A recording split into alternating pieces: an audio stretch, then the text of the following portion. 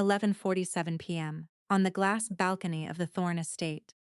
"You stupid old woman," Victoria Sterling screamed, her perfect face twisting with rage as she raised her diamond ring toward Clara Thorne. Before the blow could land, Ellie lunged forward. The ring slashed across her cheek and neck. Blood sprayed against the glass wall. The crowd froze. Cameras flashed.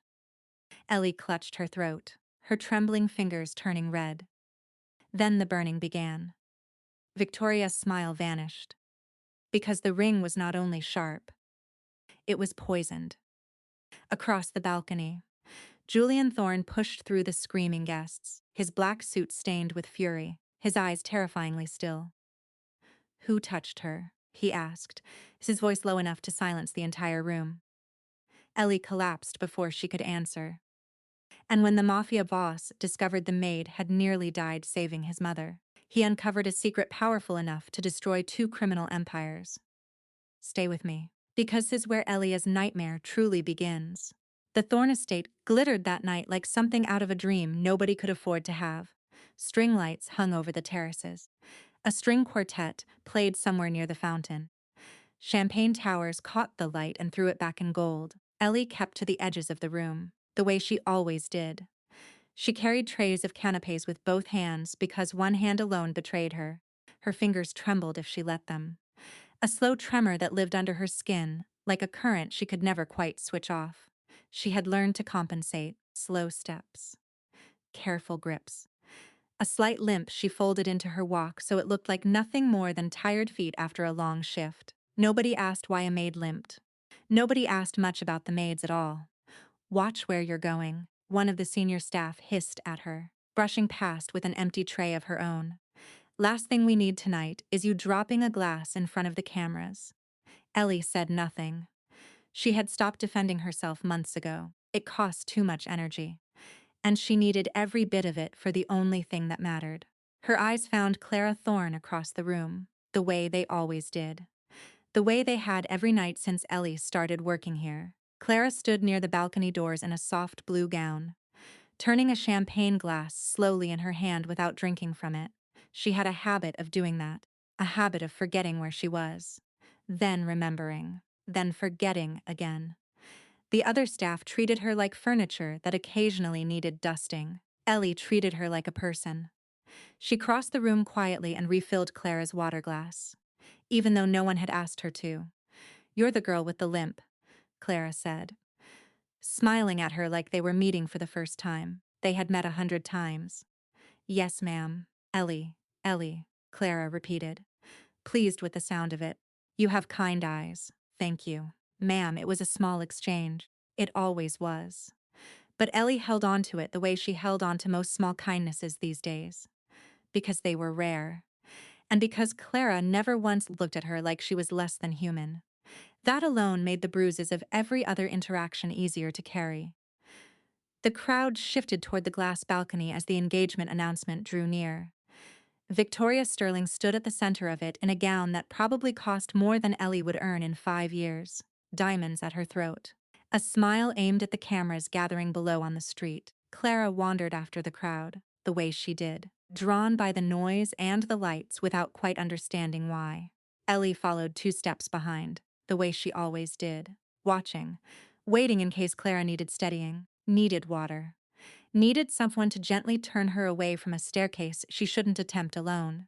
The balcony was transparent glass, floor and railing both, built to make guests feel like they were floating above the city, stunning by day, treacherous by night, especially for a woman whose mind sometimes lost track of where her feet were. It happened fast. Clara turned, confused by the flash of a camera, and her foot caught the trailing edge of Victoria's gown. She stumbled. The fabric tore at the hem. Victoria spun around. And for 1 second her face wasn't the polished mask she wore for photographs. It was something uglier. Something that had probably always been there underneath. "You stupid old woman," she snapped, loud enough that the nearby guests went quiet. "Do you have any idea what this dress cost?" Clara blinked at her, lost and frightened. The way a child gets frightened by a raised voice she doesn't understand. Victoria raised her hand. The ring on her finger caught the light. heavy and sharp cut, more weapon than jewelry in that instant. Ellie did not think. She would tell herself later that there had been no decision at all, no weighing of consequence. Just her body moving before her mind caught up. She stepped between them. The ring came down across her cheek and down the side of her neck, slicing deep, and the pain arrived a half-second behind the blood. It hit the glass wall behind her in a fine red spray, bright under the string lights. Someone screamed. Cameras kept flashing from the street below, capturing all of it. Because tragedy makes for better photographs than happiness ever does. Ellie pressed a hand to her neck. Her fingers came away slick and dark. That should have been the worst of it. A cut, a scar to carry forward. One more thing to hide along with the limp and the tremor. But the burning started almost immediately, climbing up her arm, then her chest, fast and merciless, like fire moving through dry grass. Her vision blurred at the edges. Her knees buckled. The ring had not just been sharp, it had been poisoned. A careful, deliberate cruelty disguised as an accessory.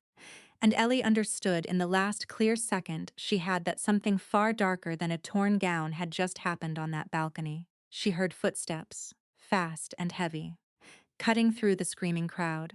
A voice, low and furious, shouting orders she could no longer follow. Julian Thorne reached the balcony just as her heart stopped beating. The last thing Ellie saw, through the haze closing in around her, was Kletzer's frightened face above her, and somewhere behind it, a man's eyes that had gone completely, terrifyingly still. The pain found her before her thoughts did. Ellie surfaced into it slowly. The way you surface from deep water when your lungs are already burning. Light first, cold and white from somewhere above her. Then sound, a thin, mechanical beeping, steady, indifferent. Then the pain itself, sharp along her neck and cheek, radiating down through nerves that already didn't work right to begin with. She tried to move her hand and found it strapped down. Panic came fast after that. She pulled against the restraint. And the movement sent a fresh wave of agony through her arm, the kind that made her vision swim white at the edges. A whimper escaped her before she could stop it. Easy, a voice said. Not gentle, bored, if anything. She turned her head, slow, careful, and found herself in a room that didn't belong in any hospital she recognized. No windows. Concrete walls painted a flat clinical gray. Medical equipment, expensive and modern, arranged with the kind of precision that suggested money rather than care. A man in scrubs stood near the door, arms crossed, watching her the way you'd watch a clock you were waiting to finish counting down. "Where am I?" Ellie managed. Her voice came out cracked, barely hers. The man didn't answer. He didn't have to. The door opened, and Victoria Sterling walked in like she owned the air in the room, which Ellie's supposed. She very nearly did. She had changed out of the torn gown. Now she wore something simpler. Cream-colored, flawless, not a hair out of place. As though the entire balcony incident had been someone else's problem to clean up, which Ellie understood slowly. It had been. Hers. "You're awake," Victoria said. "Good. I was starting to think I'd have to have this conversation with a corpse. What happened to me? You got in the way of something that wasn't meant for you." Victoria circled the bed slowly. The way a predator circles something it hasn't decided whether to bother killing. That ring was a gift. From an admirer who clearly didn't understand discretion. It was never supposed to touch skin, yours or anyone's. Ellie's mind, even shattered with pain, caught the detail and held on to it. A gift, not Victoria's own design. Someone else had made it, had laced it, had handed it to her without explanation. But there was no room to chase that thought further, because Victoria leaned down close. Close enough that Ellie could smell her perfume, expensive and cold. "Here's what's going to happen," Victoria said quietly. "You're going to disappear. No police. No statements. No lawsuits. Your employment here is finished. Effective immediately. And so is whatever delusion you had about this place being safe for you." "My sister," Ellie whispered. Her chest tightened around the words. Victoria smiled.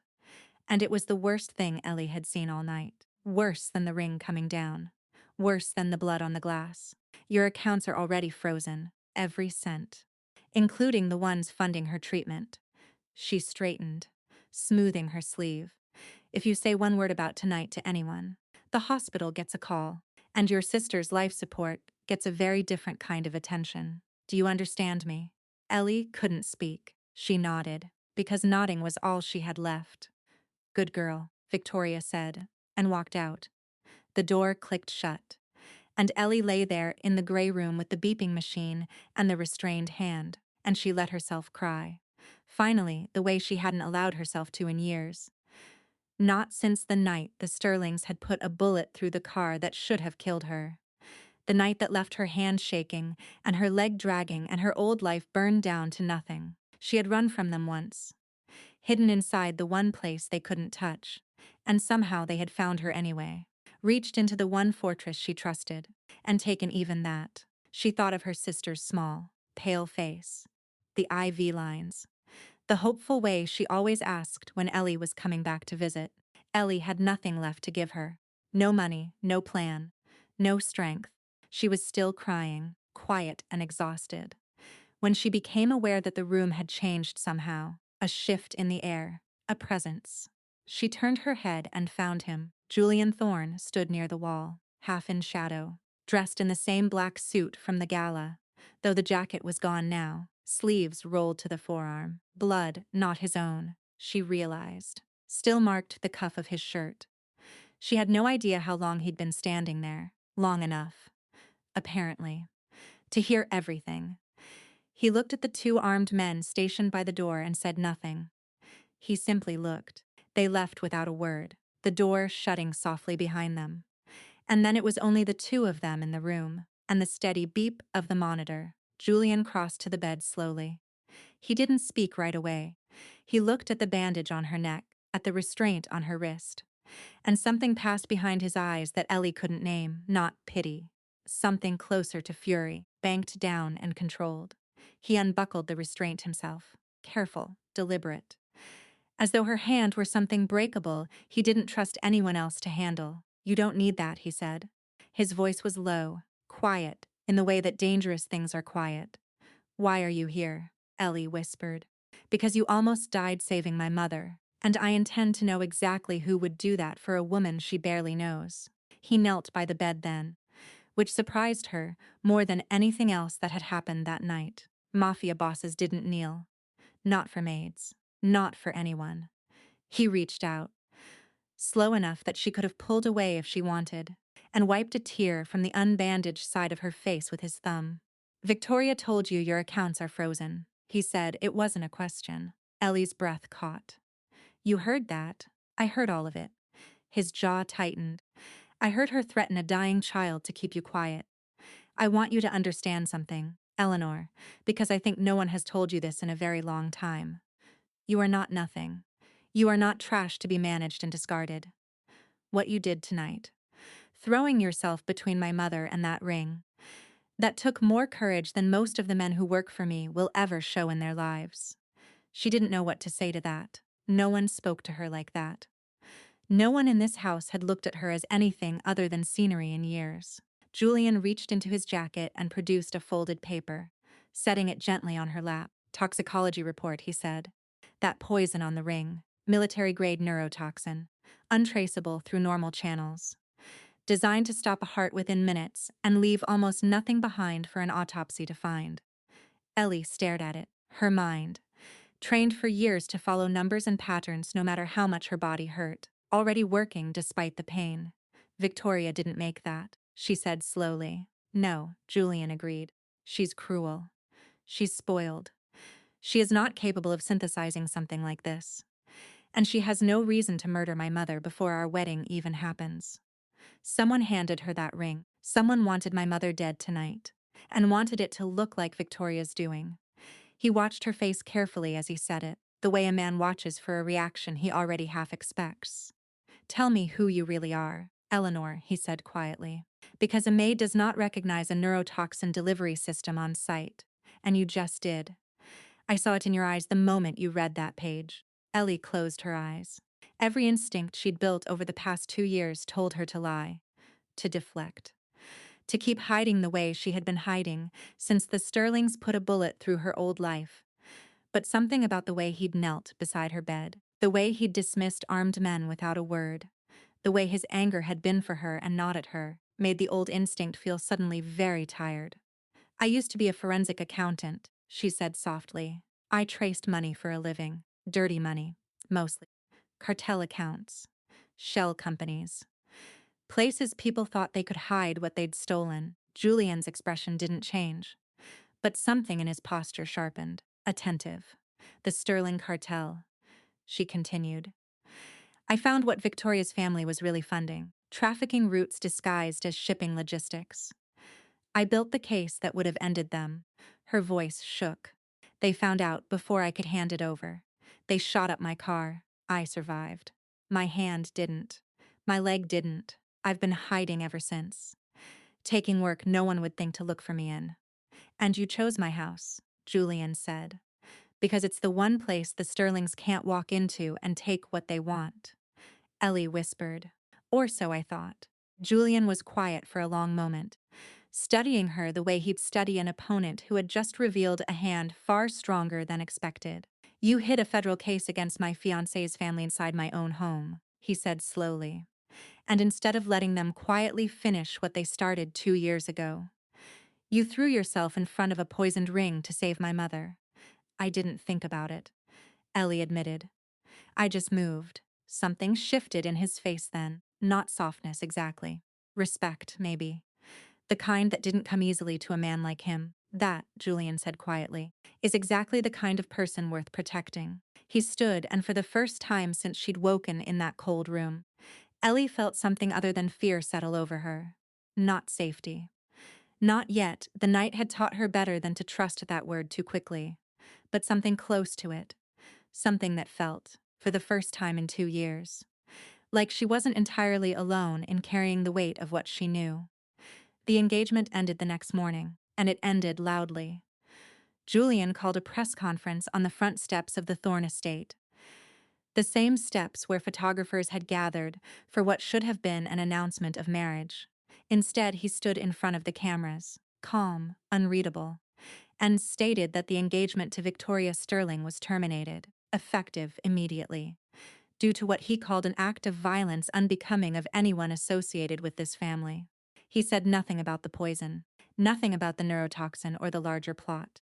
Just enough truth to humiliate the Sterling name in front of every camera in the city, and not one word more. Victoria's father called within the hour, furious. Julian let the call go to voicemail. By the time Ellie was strong enough to leave the underground clinic, she found herself not returned to the cramped staff quarters she'd shared with 3 other maids, but moved instead into Julian's private penthouse. The top 2 floors of a building so secured it required retinal scans simply to access the elevator. "This is a mistake," she told him, the first night, standing awkwardly near the door of a guest room larger than the apartment she'd grown up in. "Your men already think I'm a problem. Moving me in here makes me look like something else entirely. Let them think what they want," Julian said, unbothered, loosening his tie as he passed through the room. "I don't run my organization by what looks comfortable to other people." He wasn't wrong about the discomfort. The whispers started almost immediately. Capos, who had built careers on loyalty and bloodshed, did not understand why their boss had pulled a limping maid out of the servants' quarters and placed her in rooms usually reserved for family. The tension came to a head 3 days later, in Julian's private office, when his second-in-command, a broad-shouldered man named Reyes, finally said what half the syndicate had been muttering for days. "With respect," Reyes said, standing stiff in front of Julian's desk. "The men are asking questions. She's a maid. She has a limp, shaking hands. No family name, nothing. Why is she living upstairs like she's one of us?" Julian didn't look up from the papers in front of him right away. When he did, his voice was quiet. The kind of quiet that made grown men in that organization go very still. "A person's worth," Julian said, "is not defined by the uniform they wear, or the perfection of their body. Reyes, that woman has more honor in her scarred hands than anyone standing in this room, myself included. She bled open on a glass floor for my mother without a single second of hesitation. Tell me, when was the last time you did something like that for anyone who couldn't repay you for it?" Reyes had no answer. He left the office without another word. And the whispers, while they didn't vanish entirely, grew considerably quieter after that. Ellie heard about the exchange secondhand, from one of the few staff members who had started treating her with something other than contempt, now that the boss's protection was obvious. She didn't know what to do with the feeling that settled in her chest when she heard it. She hadn't been defended like that, openly, without condition, in longer than she could remember. That evening, Julian found her in the penthouse kitchen, attempting, with limited success, to make tea one-handed because her tremor had picked a particularly bad night to act up. "Let me," he said, taking the kettle from her without making it a production. "I can do it," she said, more out of habit than actual protest. "I know you can." He poured the water anyway. "Doesn't mean you have to, every single time, just to prove it." She watched him, this man who commanded fear in rooms full of armed killers, quietly preparing tea in his own kitchen because her hand wouldn't cooperate. It didn't fit the image she'd built of him on the night of the gala, the cold, lethal boss who'd burst onto that balcony with murder in his eyes. "I want to tell you something," Ellie said, before she could talk herself out of it. "All of it. Not just the parts I gave you in the clinic." So she did. She told him about her old firm, the partners who hadn't known what she'd uncovered until it was too late to stop her. She told him about the shipping manifests that didn't match cargo weights, the offshore accounts that traced back, layer after layer, to a charity foundation bearing the Sterling name. She told him about the night her car had been run off the road, the surgery that saved her leg but not its full function, the months of hiding under a different name before she'd finally walked into his estate's hiring office and asked for work no one would think to question.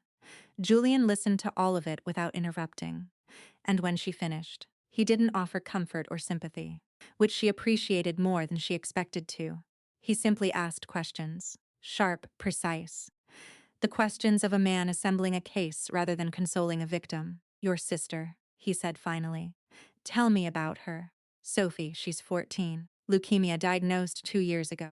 Right around the time everything else fell apart." Ellie's voice thinned. "The treatment costs more than I could ever earn cleaning floors. I've been siphoning every extra cent toward her bills for months." The next morning, Ellie discovered that every outstanding balance on her sister's hospital account had been cleared, not reduced, cleared in full, with a note from the billing office indicating the account would remain covered for the duration of treatment. She found Julian in his study and didn't bother knocking. "You didn't have to do that," she said, breathless from hurrying. "I know," Julian said, not looking up from his laptop. "I wanted to." "Why?" He finally looked at her. And there was something almost gentle in his expression, a softness she hadn't expected to ever see directed at her. "Because somewhere along the way," he said, "I stopped seeing the maid everyone else dismissed, and started seeing the woman who has more strength in one trembling hand than most people I know have in their entire bodies. I don't reward that kind of strength with indifference. Eleanor, I never have, for the first time in 2 years." Ellie let herself believe, just slightly, that she might be safe somewhere, that she might be valued, not despite what had been broken in her, but because of how she'd carried it anyway. She should have known better than to trust that feeling too quickly, that night, working late at Julian's private terminal to check Sophie's latest test results. The screen in front of her went black without warning. Ellie frowned, tapping the keyboard, assuming a glitch. Then the message appeared, blood-red letters against the dark screen, deliberate, slow, like whoever typed it wanted her to feel every second of it arriving. "Did you really think you could hide from us?"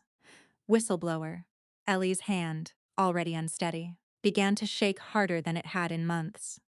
Julian found her still staring at the screen 20 minutes later, the message gone now. The terminal reset to its normal login screen as though it had never happened at all. "It was here," Ellie said, her voice tight. "Right here, on the screen. They know who I am. They know I'm in this house." Julian's security team scoured the system overnight and found nothing. No intrusion logs. No external access points. Whoever had sent the message had either covered their tracks with extraordinary skill, or had never come from outside the house at all. That second possibility settled over Julian's expression like a storm cloud, and Ellie watched him understand it at the same moment she did. Someone inside the Thorn organization had access to his most secured terminal. The accusation, when it came 2 days later, arrived with brutal efficiency. Julian's lieutenants gathered in the main hall, faces grim, and Reyes stepped forward holding a tablet displaying financial records, communication logs, encrypted message threads, all of it pointing, with damning clarity, toward Ellie. "She's federal," Reyes said flatly. "Look at the pattern. Forensic accounting background, sudden disappearance from her old firm, employment under a false identity inside your house. This isn't a coincidence, Julian." "She was planted." "That's not true," Ellie said, but her voice shook. And shaking voices never sound convincing in rooms full of armed men who've learned to distrust everything. "The data doesn't lie," another capo said. "Data can be manufactured," Julian said sharply, silencing the room. "I want every piece of this verified before anyone makes a decision about her." But the pressure was immediate and ugly. Men who had built their entire lives around loyalty and survival did not respond well to the suggestion that a federal agent might be sleeping under their boss's roof. By that evening, 3 separate lieutenants had quietly suggested, in increasingly direct terms, that the safest solution involved a bullet and the river. Julian refused, flatly, and bought her time the only way he could. 3 hours. He told her, locking the study door behind them. "That's what I can hold them off for without it costing me control of this organization. Prove this is fabricated, Eleanor. Prove it the way you used to prove things, before any of this happened to you." Ellie sat down at the terminal, hands shaking worse than they had in weeks, and forced herself to breathe through it the way she'd learned to during physical therapy. Panic didn't solve equations. Panic didn't trace money. She needed her old discipline now more than she'd needed it in years. She started where she always started. Follow the money. The fabricated files implicating her as a federal plant were sophisticated. She had to admit that much. Whoever built them understood forensic accounting well enough to mimic real patterns, real timestamps, real institutional language. But sophistication wasn't the same as perfection. And Ellie had spent a career finding the seams in things people believed were seamless. She found the first inconsistency 40 minutes in. A timestamp on one of the supposed federal communications that didn't align with the time zone it claimed to originate from. Small, easy to miss. Not easy enough, apparently, for the person who built this trail to catch. "Here," she muttered to herself, pulling the thread further. The deeper she dug, the clearer the pattern became. The files hadn't been planted by outside intelligence agencies. They'd been assembled internally, using access credentials that required Thorn Syndicate clearance to even touch. Her hands ached from gripping the keyboard too hard, the tremor working against her with every keystroke, but she pushed through it. Because 3 hours was not very long, and Sophie's face kept appearing behind her eyes every time she thought about what happened if she failed. 2 hours in, she found the second thread. The same encrypted account structure used to fabricate the federal files matched, almost exactly. The payment trail Julian had shown her for the neurotoxin used on the ring, different surface details, same underlying signature. The digital equivalent of a fingerprint someone hadn't quite managed to wipe clean. Ellie's pulse quickened. She wasn't just clearing her own name anymore. She was unraveling the entire conspiracy in one motion. She traced the neurotoxin purchase backward through 3 shell accounts. Through a logistics company that didn't actually ship anything. Through a personal account disguised behind 2 layers of family trust paperwork. Until finally, with 20 minutes left on Julian's clock, the trail terminated at a name she recognized. Marcus Thorne. Ellie sat back from the screen, breath catching in her throat. Julian's cousin.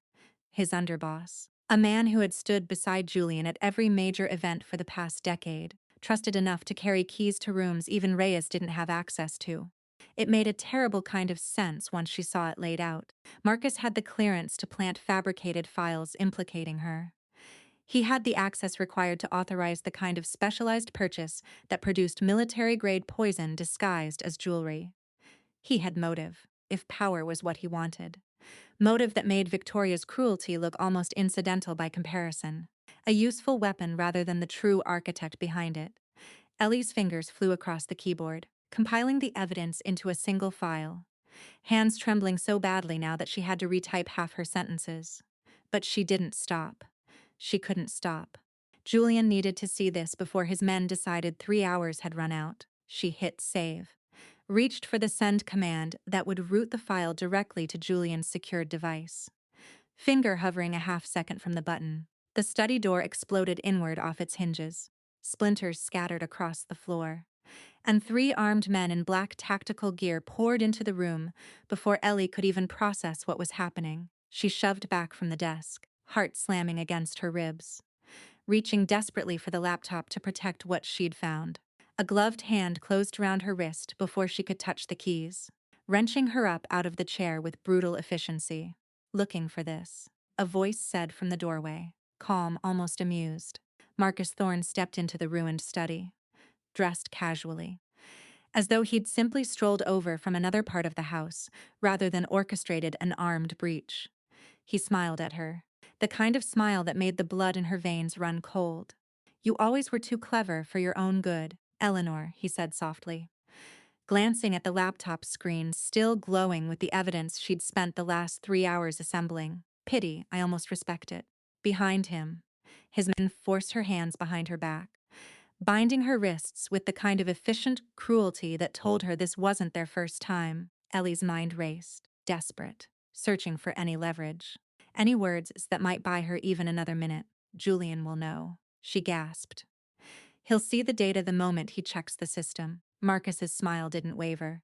He reached past her, unplugging the laptop from its connection with casual ease, severing the link before her message could ever reach its destination. "Julian," he said quietly, "is about to have a great many other problems to deal with tonight." They took her to a place that smelled like motor oil and old concrete, a warehouse somewhere near the docks. Judging by the distant cry of gulls and the low groan of shifting water through the walls. Marcus walked ahead of the men dragging her, hands clasped behind his back, unhurried, the posture of a man who had already won and simply wanted to enjoy the last few steps of it. They threw her into a metal folding chair in the center of an empty floor and bound her wrists behind its frame. The overhead lights buzzed, harsh and industrial, throwing everything into flat, unforgiving white. "You don't have to do this," Ellie said, the words coming out rougher than she meant them to. "Whatever you think you're gaining here, Julian will find you." Marcus pulled a second folding chair around, set it backward, and sat astride it facing her. Arms folded over the backrest like they were having a casual conversation over coffee. "Julian," he said, almost fondly, "is currently fielding 3 separate attacks on his credibility within the syndicate. My doing, obviously. He won't have time to think about you for hours. Maybe longer, if I time the next phase correctly." "You're his cousin," Ellie said. "His family." "Family," Marcus laughed, short and humorless. "Do you know what family meant in that house? Growing up, it meant watching Julian get groomed for a throne I built half the foundations for. It meant standing 2 steps behind him at every meeting, every negotiation, every kill, while everyone called him the genius and called me the help." His jaw tightened. "I am done being the help, Eleanor. And you very nearly ruined everything by being clever enough to trace what I'd built." He reached out and gripped her chin, tilting her face up into the light, studying the scar still healing along her cheek and neck. "Look at you," he said softly, almost pitying, a maid with a shaking hand and a crooked leg, playing detective. "Did you really believe a man like Julian could love something so broken? You were a project to him, a toy he picked up because it amused him to be generous. The moment the novelty wears off, he'll set you back down exactly where he found you." "You're wrong," Ellie said, though something cold uncoiled in her stomach at the words anyway. The old fear, the one that had followed her since the accident, whispering that maybe he wasn't entirely wrong. Marcus straightened, losing interest in the cruelty now that he'd planted it, and pulled a tablet from inside his jacket. He turned the screen toward her without another word. It took Ellie a moment to understand what she was looking at. A live feed, grainy security camera quality. showing a hospital corridor she recognized instantly. Sophie's hospital. Sophie's floor. Two men in plain clothes were wheeling a gurney down the hallway, a small frail figure on it, dark hair spread across the pillow, an eye pole rattling alongside. "No," Ellie whispered. "Marcus," she said. "Please, she's a child. She has nothing to do with any of this, she's leverage." Marcus said simply. "Leverage is the only language people like your federal employers ever respected. I'm simply speaking it back." On the screen, Sophie's eyes fluttered open, confused, frightened, searching the unfamiliar faces around her. She said something the camera didn't pick up audio for, but Ellie could read the shape of her own name on her sister's lips. Something inside Ellie broke clean in half. She had survived a bullet meant to kill her.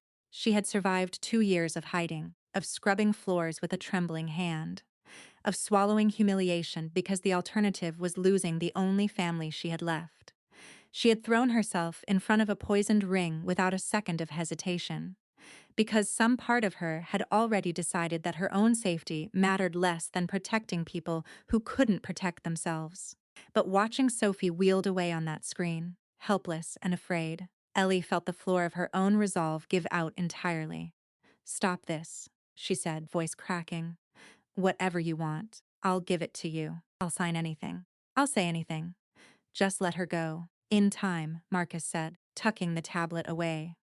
"First, I need Julian to understand exactly how thoroughly I control the board he thinks he's playing on." He turned to leave, instructing one of his men in low tones. And for a moment Ellie was alone in the harsh white light, wrists bound. Sister's face still burned into her vision, and despair settled over her so completely she could barely draw breath around it. She had been brilliant once. She had traced cartels and exposed corruption and believed, foolishly, that intelligence alone could keep the people she loved safe. And now her brilliance had led her straight into the hands of the one man capable of destroying everything she'd sacrificed to protect. She thought of giving up, for one long, terrible moment.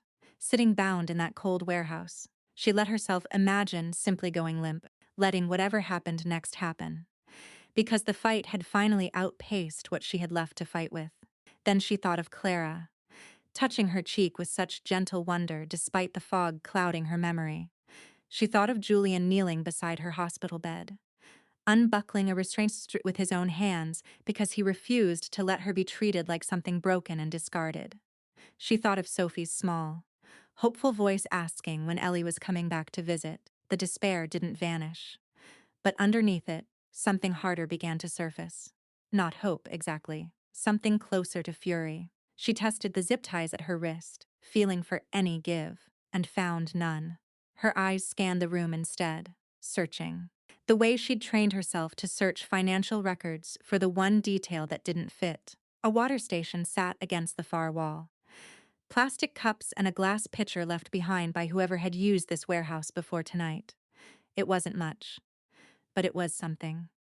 When one of Marcus's men approached to check her restraints, Ellie let her body go rigid, then shake violently, a controlled performance of the nerve spasms that genuinely plagued her on bad days, exaggerated now into something far more dramatic. "Hey," the man said, alarmed, stepping closer. "Hey, what's wrong with you, Water?" Ellie gasped, voice thin and desperate, not entirely faked. "Please, I need water. It helps when this happens." The man hesitated, glanced toward the door where Marcus had disappeared, then grabbed the glass pitcher and poured a cup, holding it toward her bound hands awkwardly. Ellie let her shaking hand knock it from his grip. The glass shattered against the concrete floor, scattering shards in every direction. And in the chaos of the man swearing and stepping back from the mess, Ellie threw herself sideways out of the chair, taking it down with her, the impact jarring through her shoulder as she landed hard on the concrete. Her bound wrists found a long shard of glass before the man recovered his composure. She sawed at the plastic zip tie with desperate, shaking motions, the glass biting into her palm as much as the restraint, blood slicking her grip. But the tie gave way just as the man lunged toward her. She rolled, grabbed the chair leg, and swung it hard into his knee. He went down with a shout, and Ellie scrambled across the floor toward the desk she'd spotted earlier, the one with a panel of switches and buttons mounted beneath it. security equipment left behind by whatever legitimate business had once operated out of this warehouse. Her bleeding hand found a red button beneath the desk, the kind every old industrial building seemed to keep wired into some forgotten alarm system, and she slammed her palm against it without knowing what it would do, simply praying it would do something. A klaxon shrieked through the warehouse. Marcus reappeared in the doorway instantly, weapon already drawn. Fury twisting his features into something far uglier than the calm cruelty he'd worn before. "You stupid, brave little fool," he snarled, raising the gun toward her. The far wall exploded inward.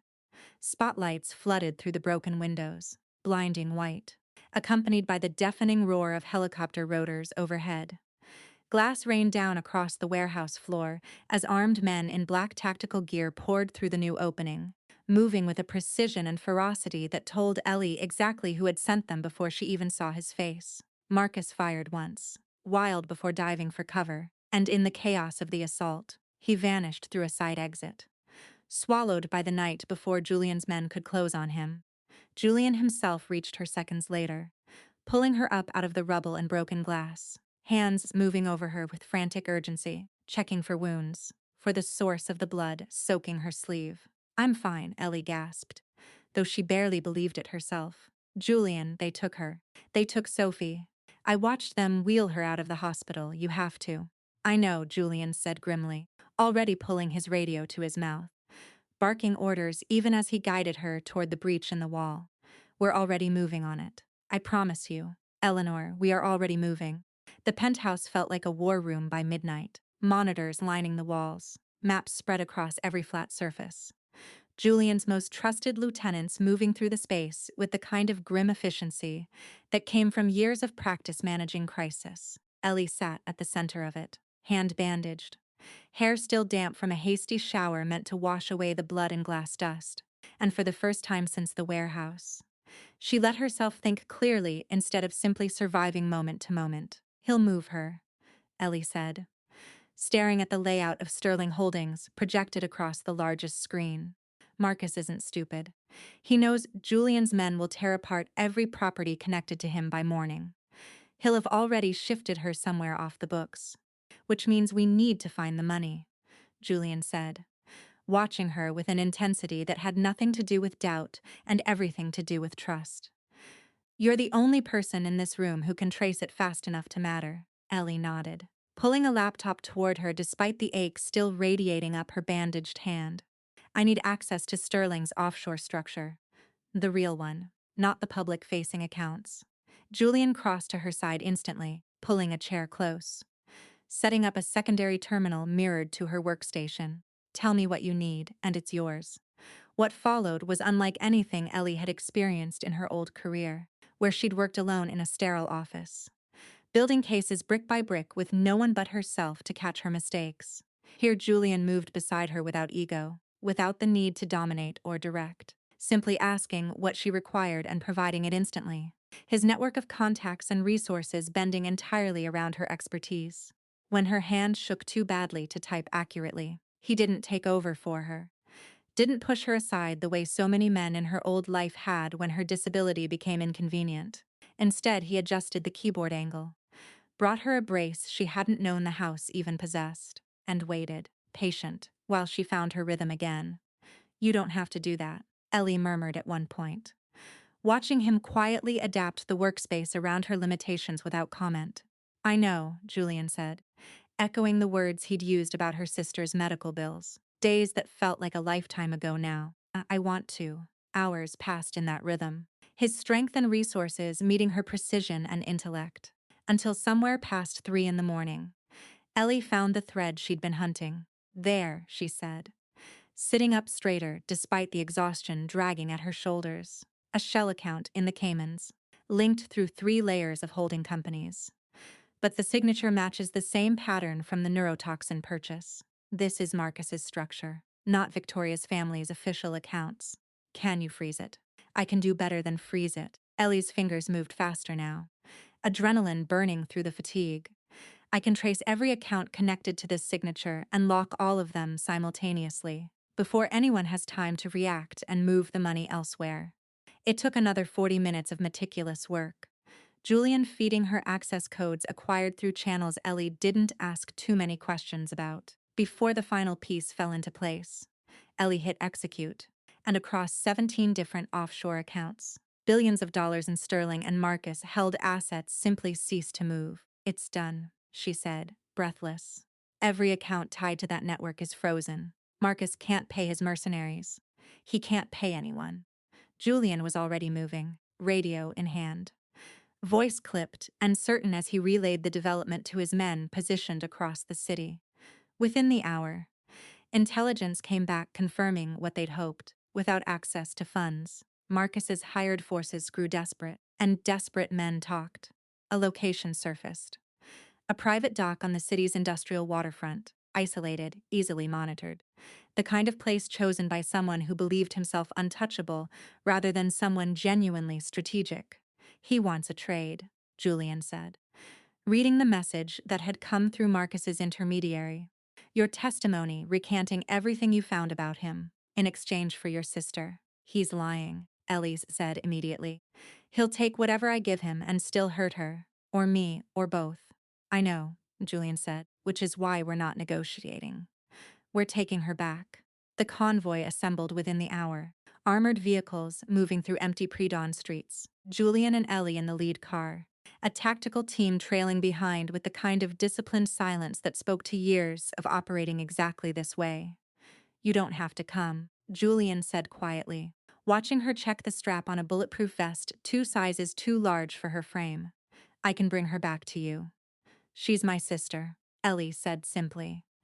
"I'm not waiting somewhere safe while other people decide what happens to her." Julian studied her for a long moment, something complicated moving behind his eyes, and then he nodded, accepting it without further argument. Because somewhere over the last several days, he had stopped trying to protect her by removing her from danger, and started protecting her instead by standing beside her through it.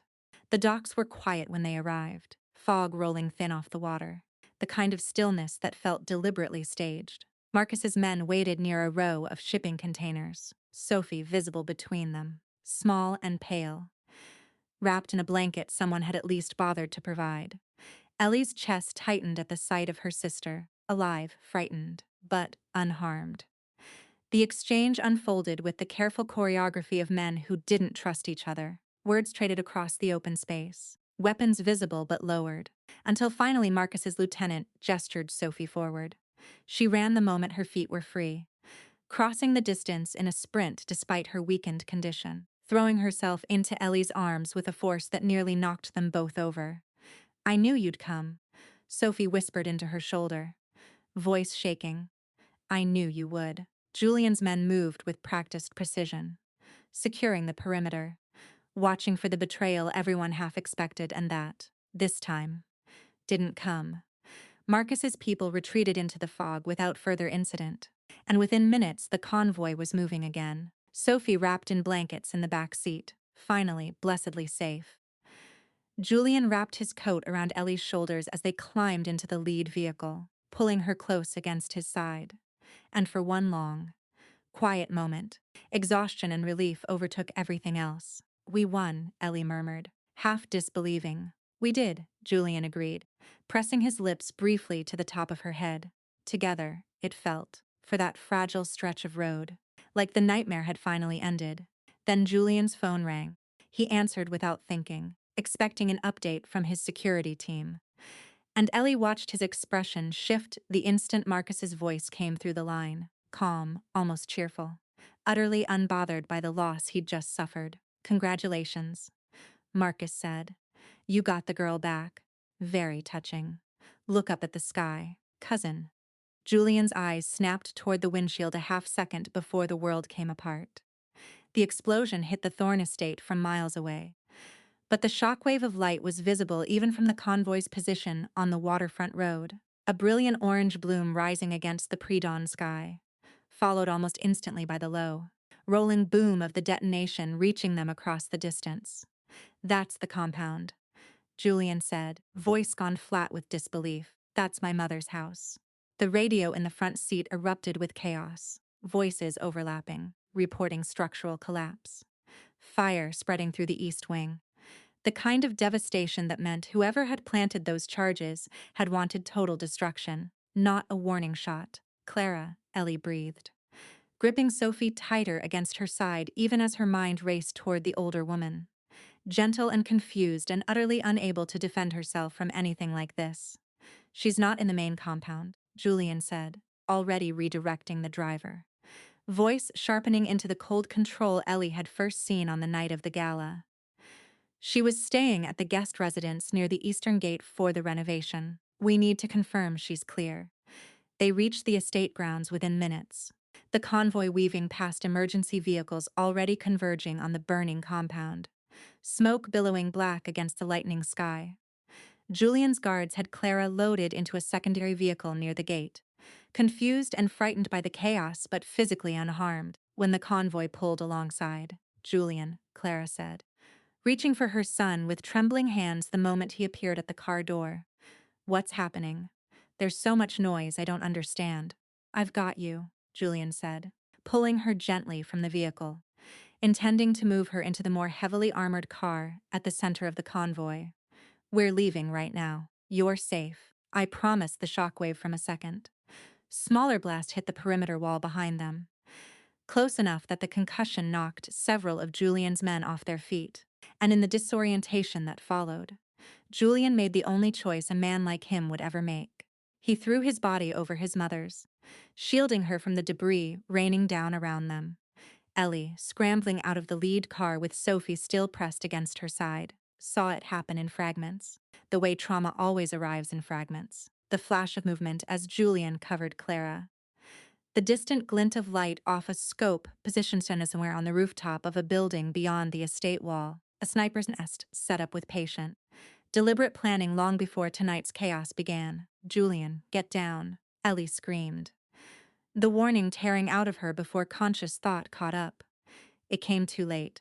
The shot cracked through the pre-dawn air, sharp and singular against the chaos of sirens and shouting, and Julian's body jerked forward, a dark stain blooming rapidly across the front of his shirt as he collapsed half over his mother, who screamed in confused terror beneath him, not understanding what had happened, only that her son had gone suddenly, terribly still. No, Ellie's voice broke entirely as she ran toward him, Sophie's hand slipping from hers, every instinct in her body screaming to reach him before the next breath he might never take. No, no, Julian.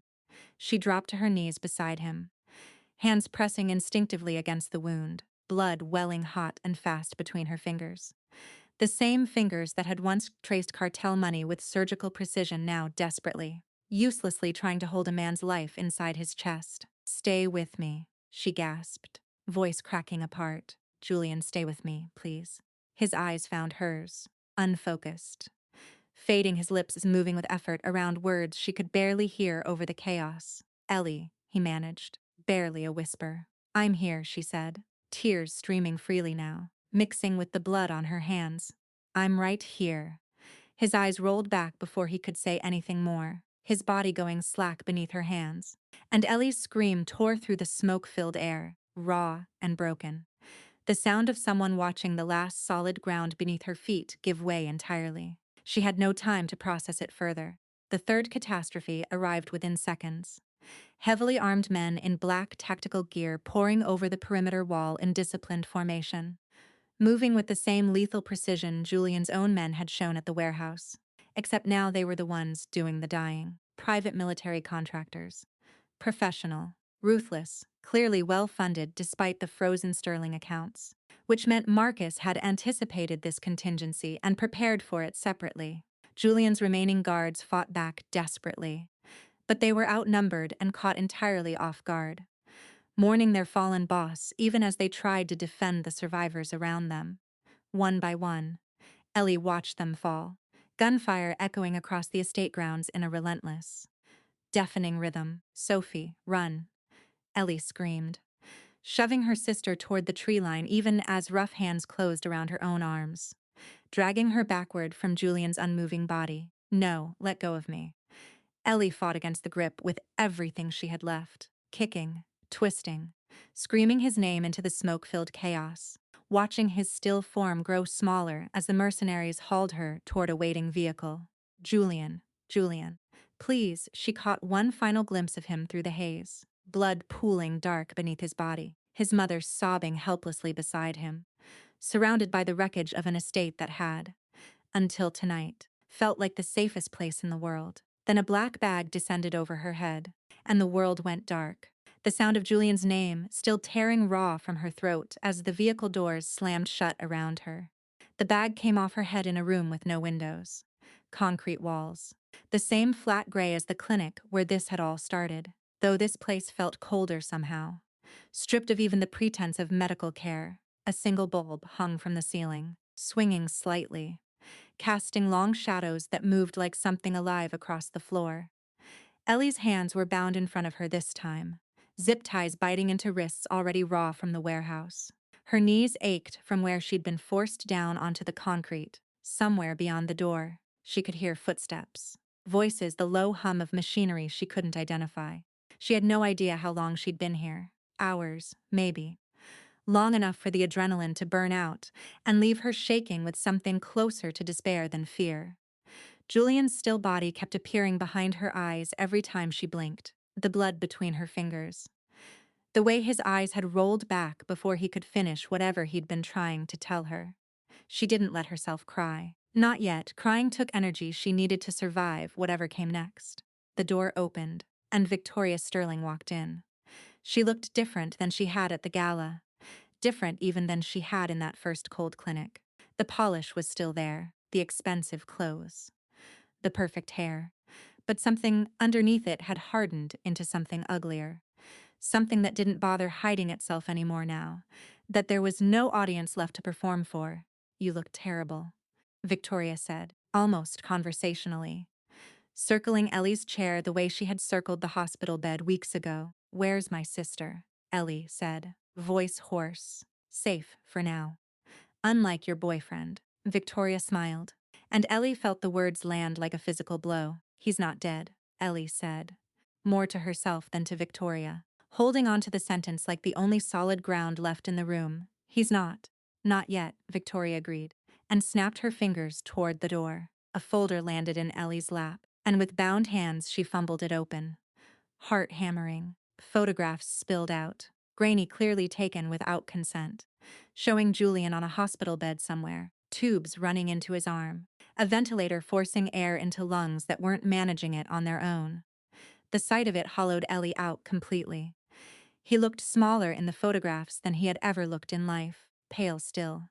Machines doing the work his own body couldn't. "He's at a private facility," Victoria said, crouching to Ellie's eye level.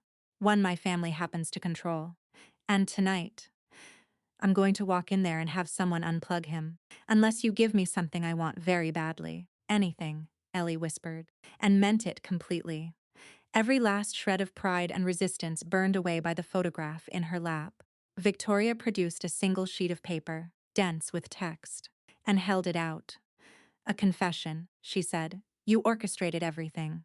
The bombing at the estate, the poisoning at the gala, the financial sabotage of my family's accounts. You acting alone. A federal plant seeking revenge against the Sterling and Thorne families for a grudge dating back to your old firm. Sign it and Julian stays on that ventilator. Alive, cared for. Your sister stays safe. Somewhere I'll never bother looking for her again. Refuse and both of them die tonight. While you watch. And then you join them." Ellie stared at the paper, hands shaking so badly the words blurred in front of her. It was a lie. Every line of it. Fabricated to bury the truth so completely that Marcus and Victoria would walk away from federal treason, bombing, and attempted murder with someone else's signature absorbing all of it. But it was also, she understood with sick clarity, the only thing standing between Julian living or dying tonight. Between Sophie staying safe or disappearing into whatever the Sturslings decided to do with a loose end.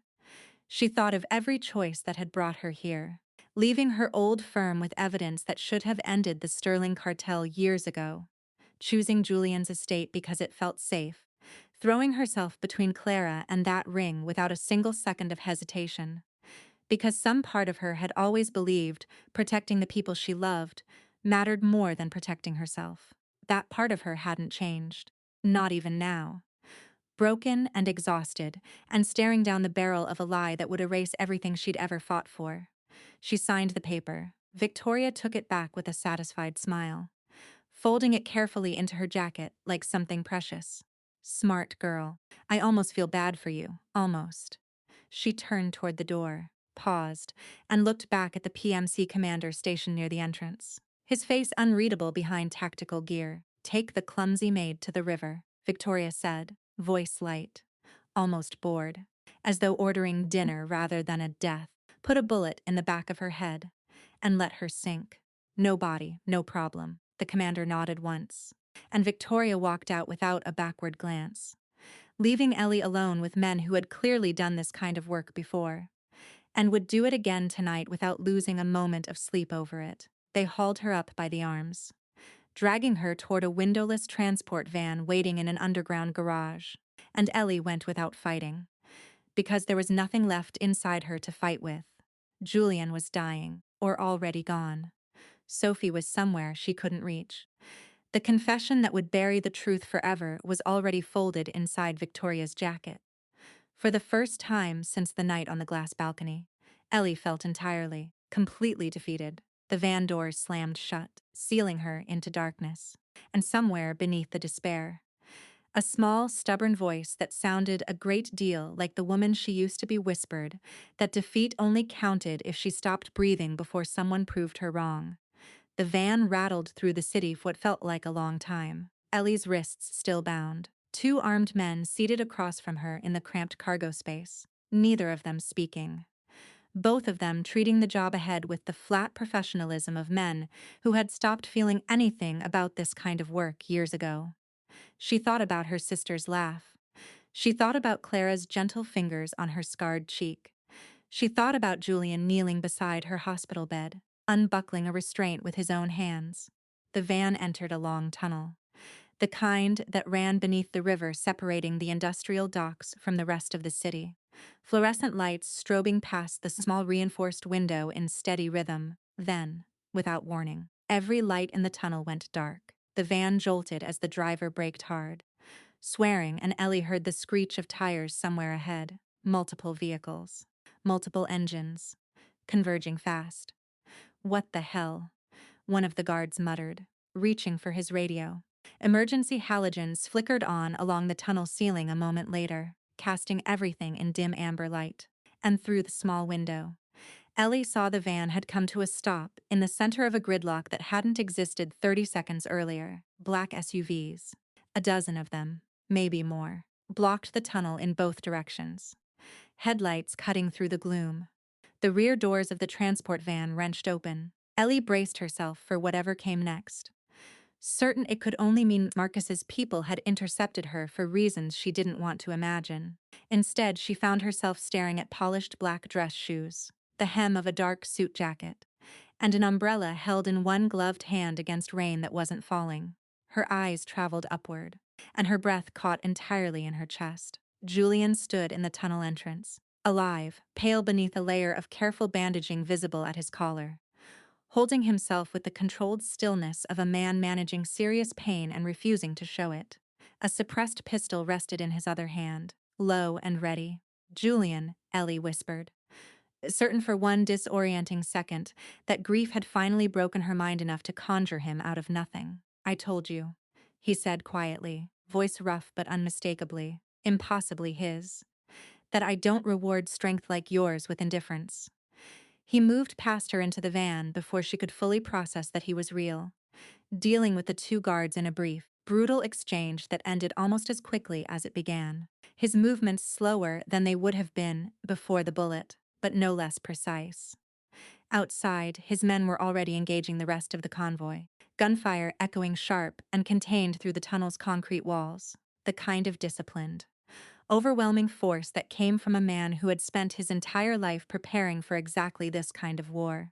Julian cut the zip ties at her wrists himself, kneeling in front of her the way he had that first night in the underground clinic. And Ellie threw herself against him before he could say another word, sobbing, her hands fisting in the front of his shirt as though letting go might prove this was all some final, cruel hallucination. I watched you die, she choked out. I had your blood on my hands. I felt you go still, I know. Julian said, voice gentle despite the chaos still unfolding around them. The doctors who treated me afterward were mine, Eleanor. Loyalists, planted inside that facility years ago. In case Marcus or anyone else ever tried something like this. The photographs Victoria showed you were real. The injury was real. But the death she promised you was always a lie. She made me sign a confession, Ellie said. Horror creeping back in even through the relief. I told her I'd done everything It doesn't matter anymore, Julian said firmly. That paper means nothing once the truth reaches enough people that no signature can bury it. The fighting in the tunnel ended within minutes. Julian's was efficient and overwhelming. And soon Ellie found herself in the back of his SUV, wrapped in a blanket someone had produced. Julian seated beside her despite his injuries, refusing to be anywhere else while the next phase began. A laptop appeared in her lap. The same kind of terminal she'd used to trace money and build cases her entire career. And Julian watched her with quiet certainty as she opened it. Finish it, he said simply. The way only you can. Ellie's hands, steadier now than they'd been in days, moved across the keyboard with the focus of someone finally allowed to use her full strength without apology or compromise. She compiled everything. The neurotoxin purchase trail leading to Marcus. The fabricated federal files. The frozen offshore accounts tying Marcus and the Sterling family to trafficking, assassination, and financial crimes spanning more than a decade. The bombing at the Thorne estate. The black site where Victoria had forced a false confession at gunpoint. Photographed and timestamped from the security footage Julian's loyalist doctors had quietly preserved. She built the case the way she used to build them, before the bullet that nearly ended her life. Before 2 years of hiding behind a mop and a forged identity, clean, airtight, undeniable. Then she hit send, broadcasting the entire ledger simultaneously to every major federal agency and news network in the country. By morning, it was everywhere. Marcus and Victoria made it as far as a private airstrip outside the city before the world they'd built collapsed entirely around them.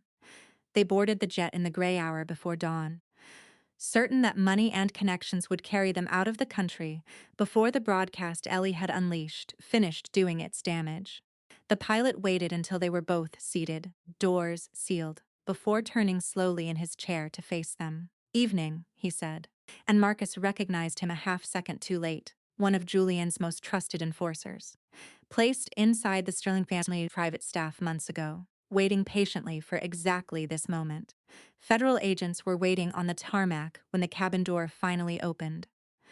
What followed unfolded with the kind of brutal efficiency that Julian had built his entire reputation on. Marcus and Victoria lost everything within weeks. Frozen accounts became seized accounts. Federal indictments piled up faster than their lawyers could respond to them. And beneath the legal collapse, something far darker waited. The underworld factions both of them had betrayed and manipulated over the years. Factions who had no interest in courtrooms or due process, and every interest in collecting what they considered owed.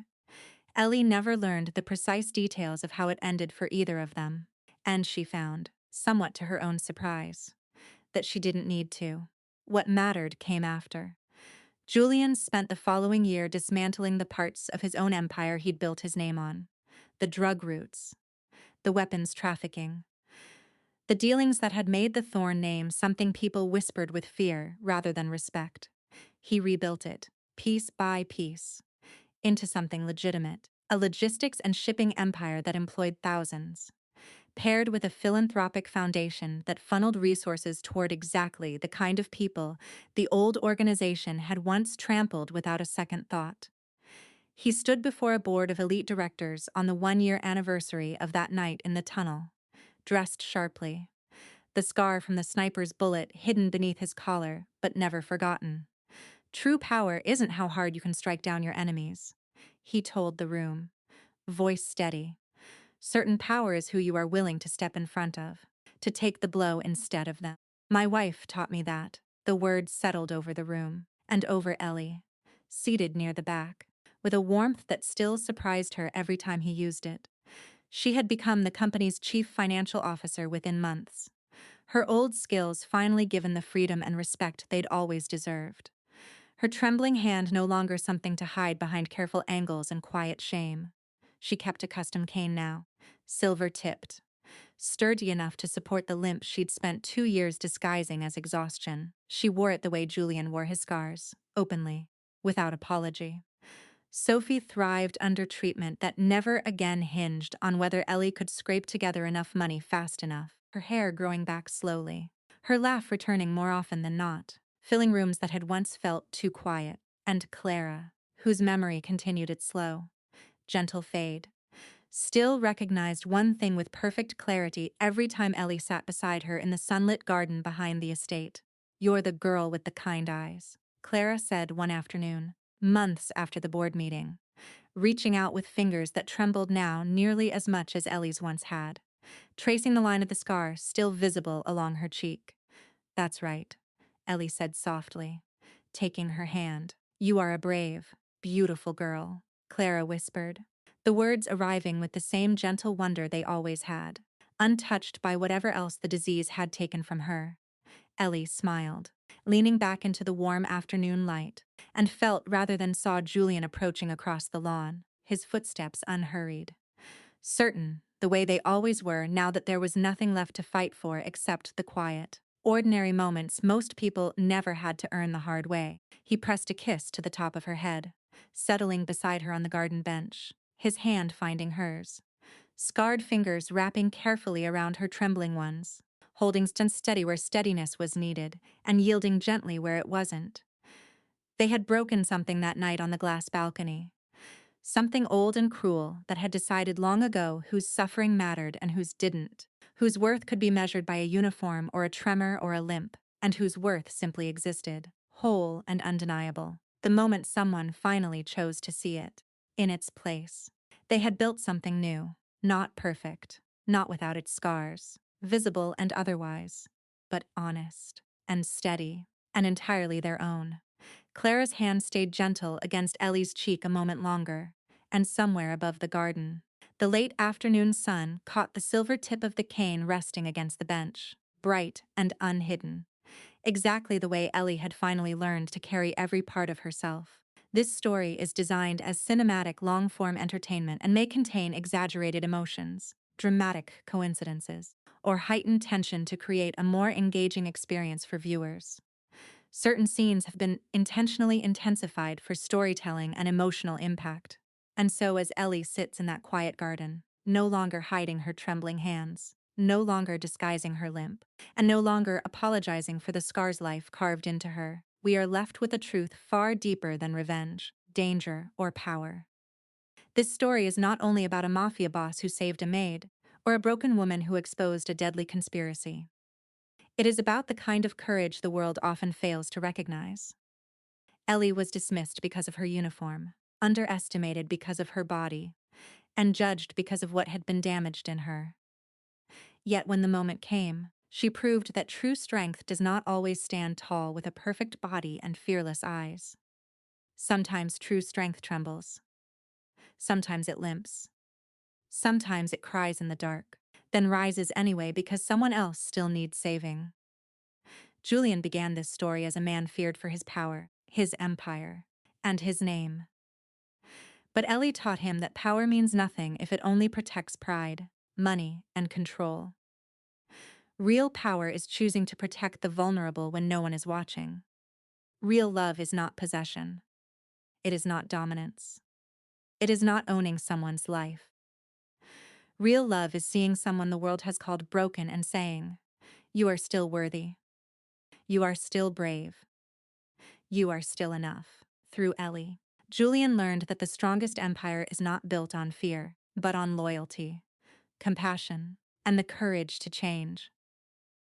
And Ellie's journey reminds every viewer of something important. The world may try to reduce you to your wounds, your mistakes, your poverty, your illness, your past, or the way others treat you.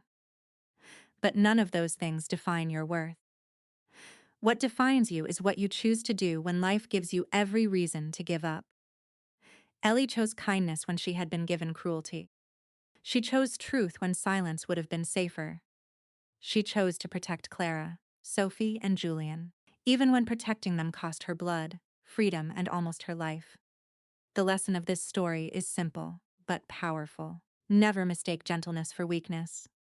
And never underestimate someone just because they have been forced to survive quietly. The people who have suffered the most often carry the deepest strength. The people the world ignores may be the very ones brave enough to save it. Ellie did not need to become perfect to be loved. She only needed someone brave enough to see her clearly. And in the end, she did not just expose monsters. She reclaimed herself. So if this story leaves us with one message, it is this: scars are not proof that you are broken. They are proof that you survived.